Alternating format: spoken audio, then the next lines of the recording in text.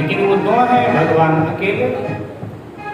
तो एक युद्ध करता है तब तक एक आराम कर लेता है, तब जब वो थक जाता है वो आराम करता है, दूसरा युद्ध करता है। तो भगवान श्री नारायण ने कहा कि देखो ऐसे काम नहीं चलेगा, तुम लोग अन्यायपूर्ण युद्ध कर रहे हो हमारे साथ। युद्ध में भी न्यायपूर्ण युद्ध होना चाहिए। तुम दो हो, मैं अकेला हूं। इतने वर्ष हो गए युद्ध करते करते, तो एक आराम करता है तो एक युद्ध करता है, फिर वो थकता है वो आराम करता है वो युद्ध करता है। तो थकान तो मुझे भी हो रही है।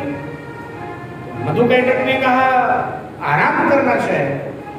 भगवान विष्णु ने कहा बोले ठीक है, आपको समय दे रहे हैं, थोड़ा आराम कर लो, हम प्रतीक्षा करते हैं, जब आराम से आओगे युद्ध कर तो हम युद्ध करें, ठीक। तो भगवान विष्णु को जो समय दिया था उस समय में उन्होंने आराम नहीं किया। उन्होंने माँ भवानी पराम्बा का ध्यान किया कि 5000 वर्ष हो गए मुझे युद्ध करते करते, ये दुर्दंत दानव कैसे मारे जाएंगे। और तब माँ भगवती ने कहा कि हे नारायण, मैं उनके बुद्धि को कुंठित कर दूंगी, तुम उनकी प्रशंसा करना,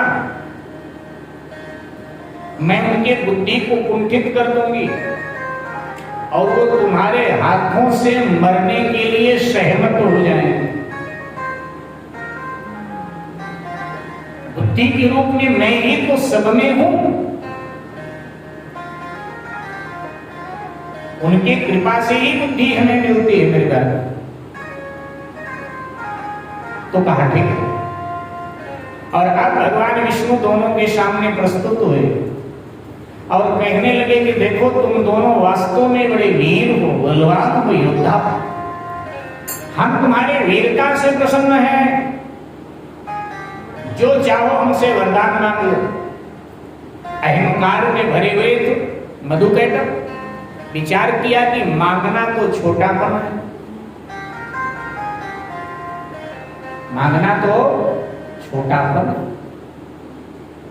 देने वाले का हाथ ऊपर होता और लेने वाले का नीचे होता। देने वाला बड़ा हो गया और लेने वाला छोटा।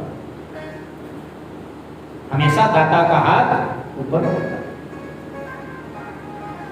तो कहा हम मांगेंगे, अरे हमें कुछ नहीं चाहिए तुमसे, हाँ तुम जो हमसे चाहो मांगो। भगवान विष्णु ने कहा राक्षस कब से दाता हो गए, दाता तो देखता। बोले और की बात छोड़ो, हमसे मांग कर देखो, जो मांगोगे हम देंगे देंगे देंगे। अच्छा, उस समय अपने वचन को के महत्व को राक्षस भी निभाते थे। त्रिशक्ति बोल दिया, 3 बार बोल दिया, और आज तो 300 बार 30 बार व्यक्ति बोलता है, 300 बार बदल जाता है। आज कहां महत्व है वाणी का, लेकिन उस समय वाणी का महत्व होता था। मांगो। तो भगवान ने कहा कि ठीक है मांग ले। हाँ, तो कहा तुम दोनों की मृत्यु ही मेरे द्वारा हो। अब तो ठगे हुए भगवान को देखते क्या मांगे, लेकिन फिर सावधान हुए। बोले ठीक है, हम दोनों की मृत्यु आपके द्वारा हो, लेकिन वहां हो जहां पानी न हो, क्योंकि सारा संसार ही उस समय तक पृथ्वी की सृष्टि नहीं हुई। सारा संसार जलमग्न था, जल ही जल था। जल को संस्कृत में जल का एक नाम है नाद। क्या नाम है? नाद। और घर को कहते हैं संस्कृत में अयन। तो नार में जिसका अयन है वो है नारायण।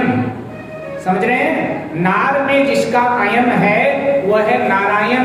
नारायण का अर्थ है जिसका घर पानी में हो। जिसका घर पानी में हो उसको कहते हैं नारायण। नार अयन से बना है नारायण। नार माने पानी, अयन माने घर, इसलिए वो है नारायण। तो सब जल ही जल था। सोचा कि जल ही जल है तो कहां फिर मुझे मारेंगे।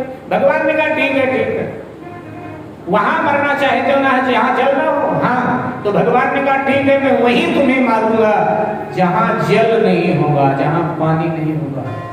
ये डायलॉग जो आजकल बोला जाता है ना कि ऐसी जगह मारूंगा जहां पानी तुझे नहीं नसीब होगा, ये पुराना डायलॉग है, भगवान विष्णु के द्वारा बोला गया था कि ऐसे जगह मारूंगा तुम्हें जहां पानी तुम्हें नसीब नहीं होगा। मधु कैटभ से भगवान ने बोला था, तब से अब तक चला आ रहा है, ऐसी जगह मारूंगा।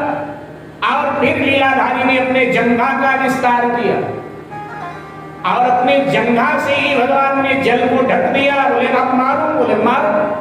और भगवान ने दोनों को पकड़ करके एक को इधर लिटाया, एक को इधर, और सुदर्शन चक्र से दोनों का सिर छेद कर मधु कैटभ मारे। फिर उनकी जो मेदा थी, मेदा माने चर्बी, तो जो चर्बी थी, जो मेदा थी मधु कैटभ की, उसको निकाल करके भगवान विष्णु ने सारे जल पर बिखेर दिया। धीरे धीरे उस मेदा ने जल के ऊपर पपड़ी का रूप ले लिया और धीरे धीरे परिवर्तित होते होते वो पृथ्वी का रूप उसने ले लिया। देवी भागवत के अनुसार, देवी भागवत के अनुसार पृथ्वी का निर्माण मधु कैटभ की मेदा से हुआ है, इसलिए पृथ्वी का एक नाम मेदनी है। जो पृथ्वी के पर्याय हैं, जब पृथ्वी के पर्याय देखोगे तो उसमें एक नाम है पृथ्वी का मेदनी, क्योंकि मधु कैटभ की मेदा से पृथ्वी का निर्माण हुआ। यही कारण है, हमारा कर्मकांड विज्ञान कहता है कि आप आराधना उपासना के लिए जब बैठे तो आसन लेकर बैठे। आप कहते हो ना ऐसे मत बैठो, आसन ले, कोई आसन होना चाहिए पृथ्वी और आपके बीच में। अगर बिना आसन के ही आपने पूजा पाठ किया है तो उसका जो पुण्य है उसका कुछ हिस्सा मधु कैटभ के खाते में चला जाता है, मधु कैटभ के हिस्से में चला जाता है। आप दीप प्रज्वलित करते हैं तो दीप को भी सीधे जमीन पर नहीं रखना चाहिए, कुछ नीचे आधार होना चाहिए। एक पात्र में दीप है तो दूसरे पात्र में उसको रख दो। कुछ नहीं है, 4 दाने कुछ अनाज गेहूं चावल रख दो नीचे, कुछ नहीं कुछ फूल आदि बिखेर दो, उस पर दीप रख दो। कर्मकांड कहता है सीधे नहीं रखना चाहिए, क्योंकि मधु कैटभ की मेदा से उसका निर्माण हुआ है, तो इसलिए अपवित्रता भी है थोड़ी, और साथ में आपके सत्कर्म का जो पुण्य है वो फिर मधु कैटभ की आत्मा को प्राप्त हो जाता है। ऐसा कर्मकांड में बताया गया है, कहा गया। तो इस तरह से पृथ्वी का निर्माण हो। मेरे भाई बहन, भगवान ने फिर माँ भगवती की स्तुति किया कि आपकी कृपा से मैंने मधु कैटभ का, मधु कैटभ जीवन के शत्रु। मधु माने एक अर्थ, मधु हमारे जीवन का राग है और कैटभ हमारे जीवन का द्वेष है। और जीवन के राग द्वेष जब मिट जाए ना, तभी तो भक्ति में आप उन्नति करोगे, अध्यात्म में आप आगे बढ़ोगे। और राग दोष मिटेगा कब? जब माँ भगवती की आराधना करोगे तो माँ भगवती राग भी मिटा देती है और माँ भगवती द्वेष भी मिटा देती है। आइए कुछ क्षण के लिए भाव श्रद्धा के साथ दरबार में सेरा, सभी लोग गाएं।